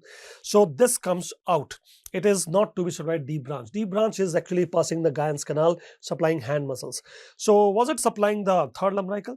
Not only it was supplying lumbrical 3, it was also supplying lumbrical 4, because they are arising from the tendons of flexor digitorum profundus, which is medial half, and medial half of FDP is supplied by ulnar nerve. So even their lumbricals 3, 4 to be finger 4, 5 will be under the ulnar nerve. What about the opponents digiti minimi? It is one of the hypothenar muscle. Of course, all the hypothenar muscles are to be supplied by ulnar nerve. What about the fourth dorsal interossei? See, fourth dorsal interossei, all dorsal interossei, 4 dorsal interossei, 4 palmar interossei, they are all being supplied by the ulnar nerve only. So that means choice number 2, 3 and 4. Yes, choice number 2, 3, 4. The choice number B should be our answer then. When we are doing laparoscopic cholecystectomy, we have to mark one of the triangle here, which is called as the hepatocystic triangle. That is what the examiner is asking about. You should also know the difference between this triangle and the Caillett's triangle. So, as we are doing this laparoscopic cholecystectomy and we are marking a triangle which is hepatocystic triangle, what is not a boundary? That is what it is being asked. See, this triangle, if you look at the lever here from the front view, it will have the inferior border of the lever. So one boundary is inferior border of the lever. The other, from the lever, you will find one duct is coming, which is a common hepatic duct, which brings the bile. And this common hepatic duct will be giving one duct, which is called as cystic duct, towards the gallbladder, so that you can store the bile in the gallbladder. Further, the common hepatic duct will continue down as common bile duct, but before that only it has given the cystic duct.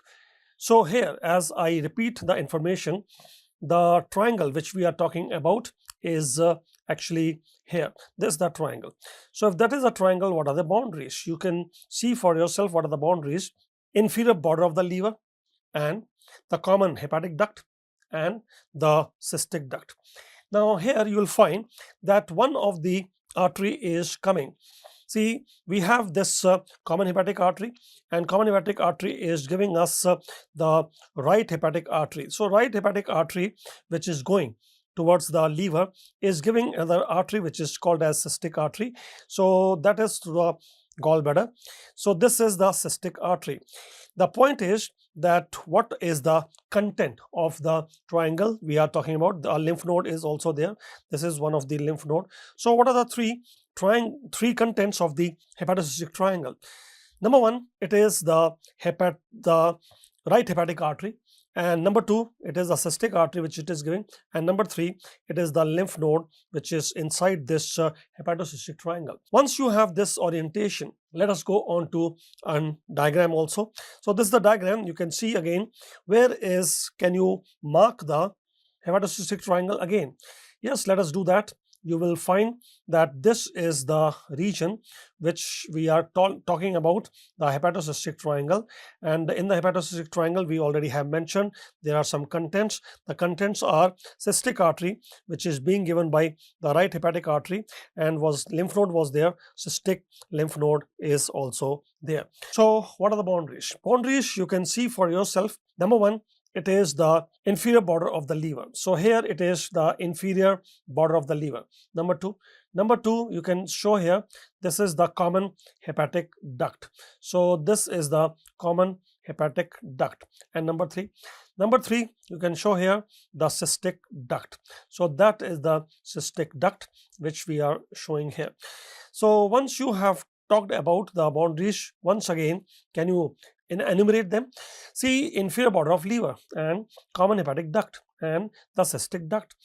So what are the contents? Contents you can see, this is the right hepatic artery going to the liver, giving the cystic artery to the gallbladder and one lymph node, which we have mentioned here. Cystic artery, the one which is being given by right hepatic artery, and the cystic lymph node also. Now, the importance of knowing about this triangle is that sometimes there can be variation in the right hepatic artery because you are doing cholecystectomy. You have to ligate this cystic artery, and to find this cystic artery, you are going into the Callet's triangle, or what you call it as hepatocystic triangle basically, and then sometimes this lymph node may be enlarged. That will also help you to locate the cystic artery. Sometimes it may happen that this right hepatic artery may have a hump here. There is a coarse alteration. So while you are ligating the cystic artery, you should not damage the right hepatic artery. Or it may happen that cystic artery may be coming from the common hepatic artery like this. So it's just a variation, or maybe coming from left hepatic artery, but it has to pass through this triangle. So you have to be careful about variations, because if you are not careful, then you might bleed some of the artery, unnecessarily complicating your diagram. The procedure, surgical procedure. So what about the Callet's triangle then? Callet's triangle is let me show you a statement by Gray's Anatomy.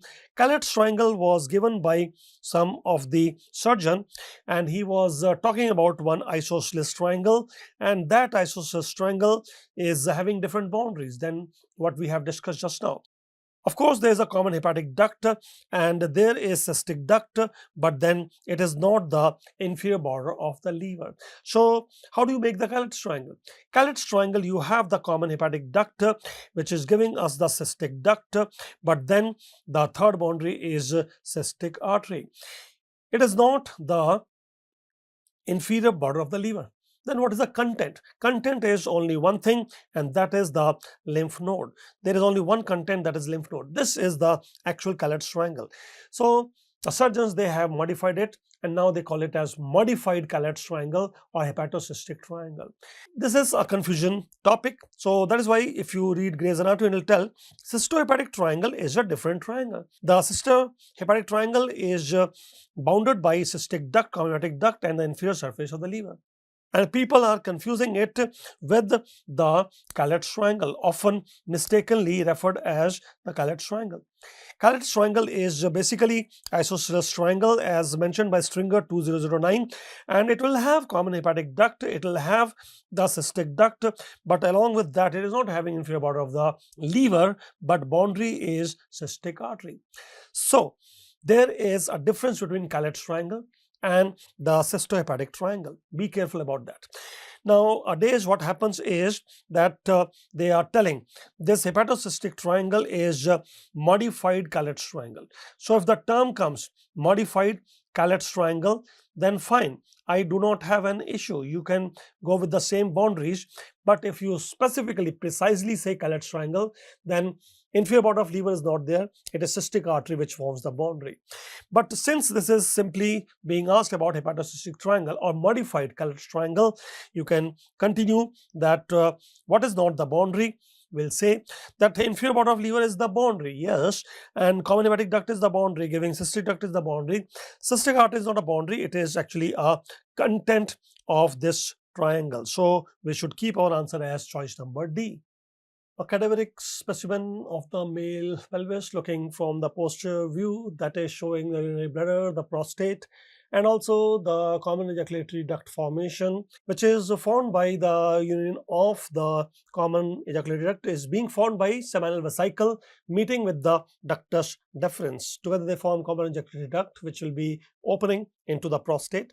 Along with that, ureter is also seen, but ureter doesn't come that inferior. Ureter will come the lateralmost structure, it will be hooking under the vas deferens and opening in the upper end of the trigone of urinary bladder. So it doesn't come so inferior as come the ductus deferens or seminal vesicle. That is the basic orientation. If you want to have a schematic diagram also, you can tell that this is the urinary bladder. It will have this trigone of urinary bladder, and below that will be the prostate gland. In the prostate gland, we'll have the opening of common ejaculatory duct. And this common ejaculatory duct which we are having here on either side will be formed by the seminal vesicle which are on the lateral side here, and otherwise this is basically the ductus deferens, which is also called as the vas deferens, and you can show the ureter also. Ureter will be coming like this and opening at the upper end of the trigone. This is the trigone, which is posterior wall of urinary bladder. But be aware that this trigone is going to hook under the vas deferens. So I have shown them separately, but you will see that this vas deferens is being hooked under by the ureter as it enters the urinary bladder, and as it is hooking under the ductus deferens, it will be having a narrowing. So there will be a narrowing in the lumen of the ureter as it hooks under ductus deferens. In female, you don't have ductus deferens, so where will be that narrowing? In female, there will be round ligament of uterus. So when the ureter is hooking under the round ligament of uterus, there will be a narrowing in the ureter, because females don't have ductus deferens, they'll have round ligament of uterus. With that overview, we are proceeding further, and as you will see, the same thing is evident here as well. You have to first, there's a schematic diagram, but first you have to see here in this diagram, see what is this structure which we are showing here. That is the prostate gland, and in the prostate gland we'll have the opening of common ejaculatory duct, but that cannot be seen because it will be inside. But how it is formed?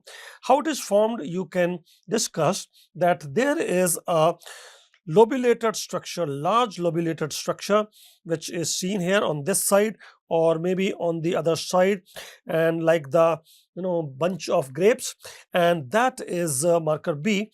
That is the seminal vesicle. It will give some of the content of the semen, which is basically coming from the testes by ductus deferens, but seminal vesicle will add some components. Then what is still medial to this? what is still medial to the seminal vesicle, you can show now, is this structure which is coming from the scrotum in the spermatic cord, then superficial ring, deep ring, and then guanal canal passing deep ring, and then coming anteriorly to posteriorly. So what is that? That is a structure which you can show here is the ductus deferens on the, because looking from posterior view, the right side, and this will be the left side ductus deferens. So it is coming anterior to posterior, and that is what we are telling, that this ductus deferens will then join the seminal vesicle together to form common ejaculatory duct, which will open into the posterior wall of prostatic urethra. Not only on the left side but on the right side, the ductus deferens will come, and then it will be joined by the seminal vesicle duct together forming common ejaculatory duct, not only on this side but also on that side, as we have shown earlier. Now, where is the ureter then? Ureter does not come that deep. It will be just opening here. Ureter will just open here. But how to identify ureter is, first point is it will be opening at the upper end of the trigone, because trigone will be something like this. And the second thing is that will be hooking under the ductus deferens. It will be hooking under the ductus deferens as the marker A. Marker A, let me show you with some other color. So as we are putting one color, let us use the white color only, no issue. So this is the ureter now, and as you are showing the ureter would be opening somewhere here, as it will come and open here at the upper end of the trigone.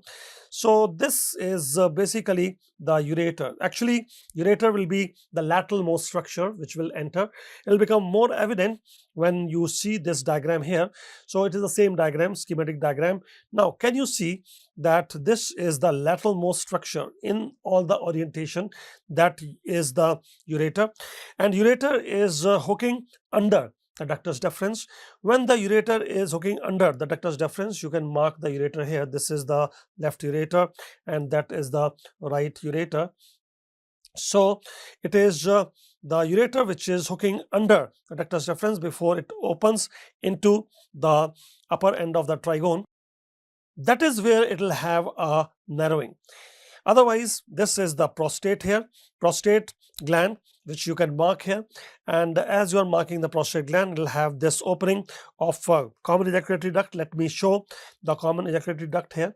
So this is the common ejaculatory duct on one side, the right side, and this is the left side because you're looking for the posterior view. But how it was formed? How it is formed is by union of two structures. So what are the two structures? You'll see that there is this seminal vesicle. It is lateral to the ductus deferens. It is having this grape, bunch of grape appearance on this side, and also we can shade on the other side. So that is the seminal vesicle. What is more medial to it is, we can shade now, that is, let us take the blue color.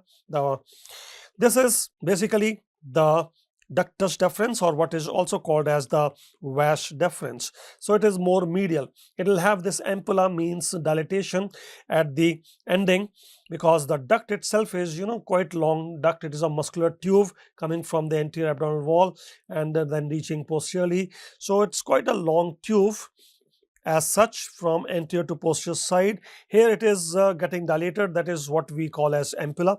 So now I think things are clear to you. Coming from anterior to posterior abdominal, from the anterior abdominal wall to the common ejaculatory duct is the ductus deferens, contributing to common ejaculatory duct along with the seminal vesicle. On the right side you see from posterior view, and on the left side you see this is the seminal vesicle, and that is the ductus deferens, and together they are forming common ejaculatory duct. Ureter, as you see, is opening at this point. It doesn't come inferior. Ureter does not come inferior because it will be opening at the upper end of the trigone. These structures, they are opening into the posterior wall of prostatic urethra, the seminal vesicle and the ductus deferens. So they come quite inferior.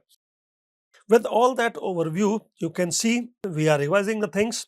If you are talking about ureter, it is a thin tube entering posterolateral aspect of the bladder, the trigone, and it is lateral, coursing medially and then inferiorly beneath the ductus deferens. That is why it will have a narrowing in the lumen. In female, it will be round ligament of uterus under which it will be hooking under. Ductus deferens is quite thick muscular tube and coming medially and above the spinal vesicle, but it is more medial to spinal vesicle. Spinal vesicle is more lateral, and it is medial to spinal vesicle, forming contributing to common activity duct.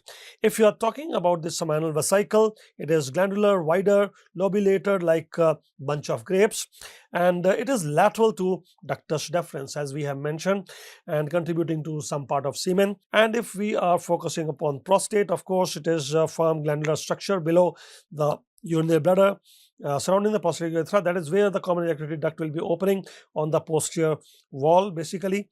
So that is all we needed to mark our answer as choice number A, because you understand one is A, that is the ureter. Ureter is 1 and that is A. Then what is seminal vesicle? Seminal vesicle, you can see this is the seminal vesicle, marker B. So marker B. What about the ductus deferens? Ductus deferens, as you can see, is here, that is marker C, marker C.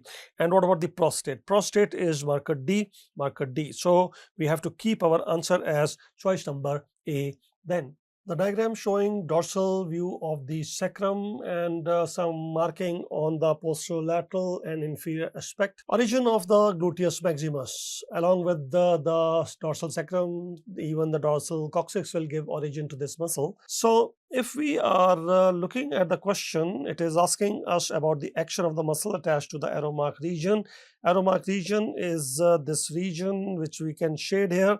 Not only the inferior lateral aspect of the sacrum, but also the coccyx. You'll see origin of gluteus maximus muscle. Gluteus maximus is not only taking origin from the sacrum and also the coccyx, but it is also having origin from the ilium part of the hip bone.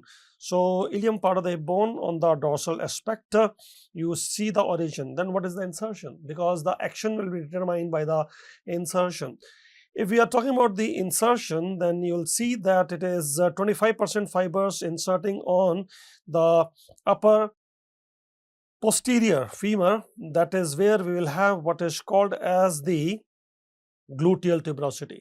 So it is attaching to gluteal tuberosity basically, and along with that some 75% fibers, they are getting inserted on the upper anterior tibia. There is a Gerdy's tubercle, and that Gerdy's tubercle is, we will see that in a diagram also, anterior and upper tibia. Basically, it is the lateral condyle of the tibia anteriorly, where we have Gerdy's tubercle, with the help of what is called as iliotibial tract. So we have one iliotibial tract which will be helping us in insertion. Once you say so, let us look at the other details also. But what about the action? Gluteus maximus is basically going to pull the femur posterior. As you pull the femur posterior, it will be helping in hip extension. It is working for hip extension, plus it is also working for lateral rotation at the hip joint. Lateral rotation along with some of the muscles which are deep to it, like piriformis muscle. Deep to it is piriformis muscle, and it will work with the muscles like piriformis for lateral rotation. Third action, you can say it is also working for abduction. Abduction at the hip joint, especially the upper fibers. Upper fibers will be working for abduction, and this muscle is to be supplied by inferior gluteal nerve. So some of the details we have found. Before we mark our answer, let us look at some more details. Like you see here, this is gluteus maximus. So what is the origin? As you talk about the origin of this muscle, you'll see it is coming from the posterior gluteal line on the hip bone, the ilial part. It is also taking its origin from the dorsal inferolateral aspect of the sacrum, and also the coccyx. Coccyx, you can use the other color. So it is taking origin from the coccyx, it is taking origin from the sacrum, and that is origin. What about the insertion? So as you have told, this is the hip bone. giving the origin, and that is the sacrum giving the origin. It is the coccyx giving the origin. Also sacrotuberous ligament is there giving the origin. It has a large origin, gluteus maximus, a large muscle. Then what about the insertion? As you talk about the insertion, you will see upper posterior femur, that is gluteal tuberosity. That is where we have this gluteal tuberosity, and only 25% fibers are inserted here. So if 25% fibers are inserted here, then what about the 75% fibers? You will see they are using iliotibial tract. There are two muscles. Number one is the gluteus maximus. Number two is the tensor fasciae lata, both of them taking origin from the hip bone. And these two muscles, they are inserting on the lateral condyle of the tibia anteriorly on the Gerdy's tubercle here. So that is the iliotibial tract. What is it for? It is to stabilize the knee joint. And not only it will stabilize the knee joint, means these two muscles working on the tibia stabilizing knee joint, they are also helping for terminal extension at the knee joint. But be careful, when you talk about the knee extension, it is to be done by quadriceps femoris. That is the chief muscle. Quadriceps femoris is working for knee extension. Maybe the gluteus maximus and the tensor fasciae lata might be helping for terminal extension via the iliotibial tract. But our question is also talking about the hip joint. So what it could be our answer then? You see, as we explore further the hip joint movement, the first answer should always be hip extension, because pull the femur posterior for hip extension. That is the primary action, especially when you are sitting and you are standing up. So what about the lateral rotation? Lateral rotation we have to take as the second answer, like working like deep muscles under that, the short lateral rotators like piriformis.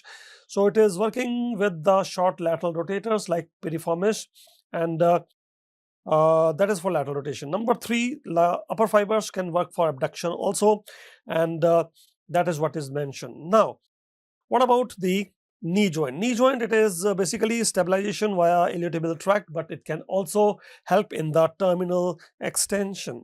So through the iliotibial tract tension, it can work like extensor, not like quadriceps femoris, but partly it is helping. Once you have all that information, you can come back here, and it is asking what is the action of the muscle attached, basically gluteus maximus. So you were checking for the hip extension, not found. Then you were looking for the lateral rotation, not found. Then you were looking for abduction at the hip joint, and that is what is found. So you will keep your answer as abduction. You cannot take your answer as medial rotation, because for medial rotation you have muscles like gluteus medius or gluteus minimus, even the tensor fasciae lata to be supplied by superior gluteal nerve. They will be doing medial rotation, not the gluteus maximus. So keeping your answer as B. What about the knee extension? If you are talking about knee extension, of course it can help in terminal knee extension, but then basically the muscle for knee extension is quadriceps femoris. So not a very good answer. Knee flexion, you have posterior thigh muscles, the hamstrings, and the hamstrings will be working for the knee flexion, not the gluteus maximus. So we should keep our answer as choice number B.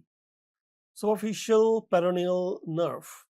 We understand there is this sciatic nerve divided into two parts, common peroneal and the posterior tibial nerve. Common peroneal is divided into two parts, superficial and deep peroneal, and the social peroneal nerve is going to the lateral leg compartment, supplying the two muscles in the lateral leg compartment, peroneus longus, peroneus brevis. It is also going to supply the skin on the lateral aspect of the leg, and also most of the dorsal of the foot. It will be supplied by superficial peroneal nerve. The other branch, which is deep peroneal nerve, also called anterior tibial nerve, is the one which is going to supply the anterior leg muscles, that is the anterior extensor compartment. Like we will see, they are extensor Tom, Dick and Harry. Tibialis anterior, extensor digital longus, extensor hallucis longus, plus one more muscle, that is peroneus tertius, to be supplied by anterior tibial nerve or deep peroneal nerve, which will be supplying skin on the dorsum of the first web space also. With all that overview, let us look at some diagram also. As we are looking from the front view, we are focusing upon the right lower limb region, that is the below the knee, basically the right leg region. You'll see there are some muscles which are turning the sole laterally. That is foot eversion at the subtalar joint, peroneus longus brevis, in the lateral leg compartment. But there are some muscles which will do dorsiflexion or the extension at the ankle as well as toe. They are anterior leg compartment muscles. So both of them will be supplied by common peroneal nerve branches. You see, as we started our discussion, like we have a sciatic nerve, and the sciatic nerve is dividing into two. So sciatic nerve is in the posterior thigh, divides into two, and it is the common peroneal nerve, which is also called common fibular nerve. The other is the posterior tibial nerve. Posterior tibial nerve will continue in the calf region, so we are not focusing upon that, but we have to focus upon common peroneal nerve here. Common peroneal nerve will be going lateral to the neck of fibula. If there's a fracture neck of the fibula, if there's a fractured neck of fibula, then this nerve may be damaged, and there will be some resulting problems. The problems will be because of the branches given. It is called common peroneal because it divides into two, superficial and deep. And as you see, there is a superficial peroneal nerve, also called superficial fibular nerve. It is going to the lateral leg compartment and supplying most of the dorsum of the foot if you are talking about the skin. So dorsum of the foot, most of the dorsum of the foot, the skin is to be supplied by superficial peroneal nerve. Otherwise, it is supplying two muscles, peroneus longus and peroneus brevis, which can be seen here. So as you follow this nerve, let us follow this superficial branch. The common peroneal nerve has given the superficial peroneal nerve. Superficial peroneal nerve is now giving us supply to this muscle, that is peroneus longus and the peroneus brevis. These muscles basically they are working for foot eversion. Foot eversion at the subtalar joint, as you can see in this diagram.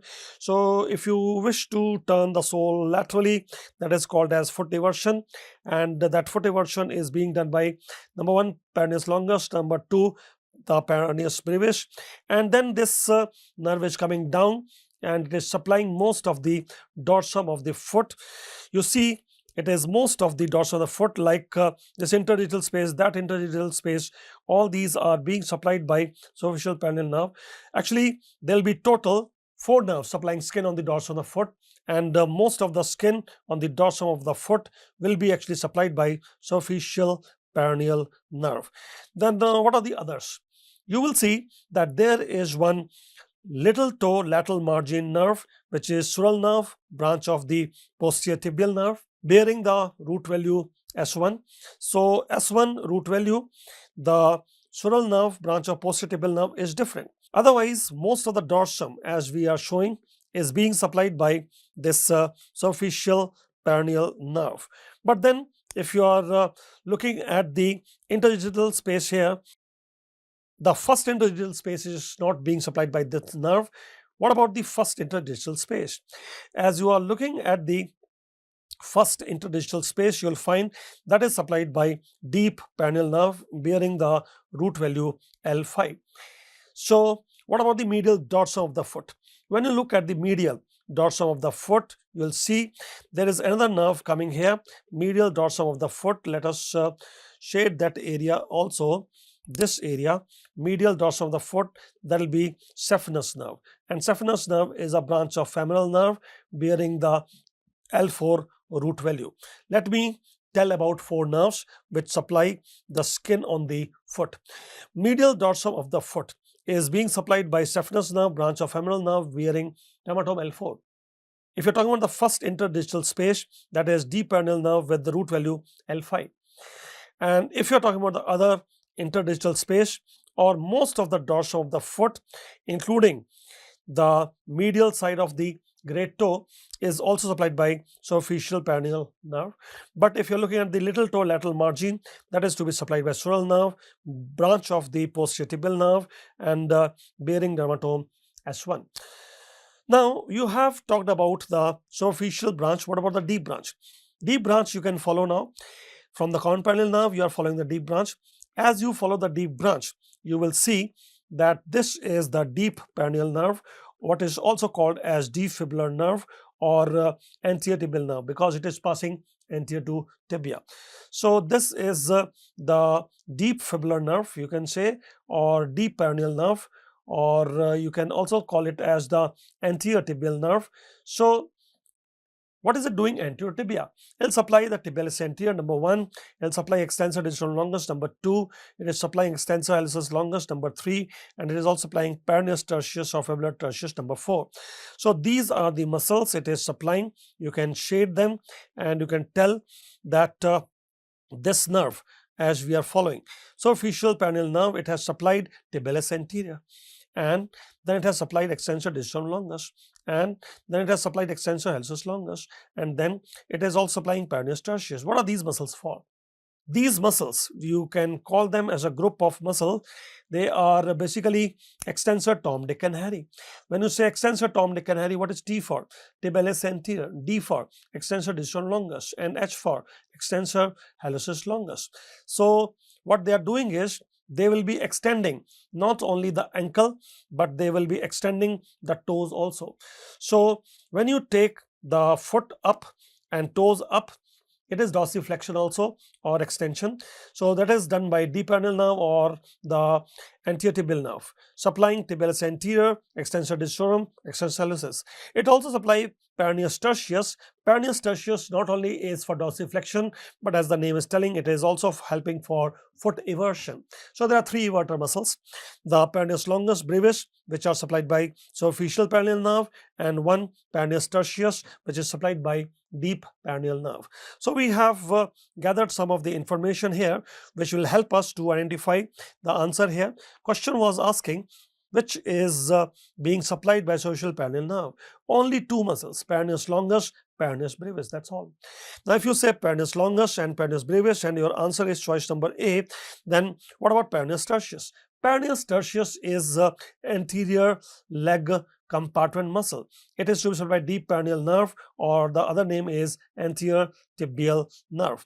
What about the extensor hallucis longus? Extensor hallucis longus or extensor digitorum longus or tibialis anterior, they are all belonging to anterior leg compartment. So they are all supplied by deep peroneal nerve or anterior tibial nerve.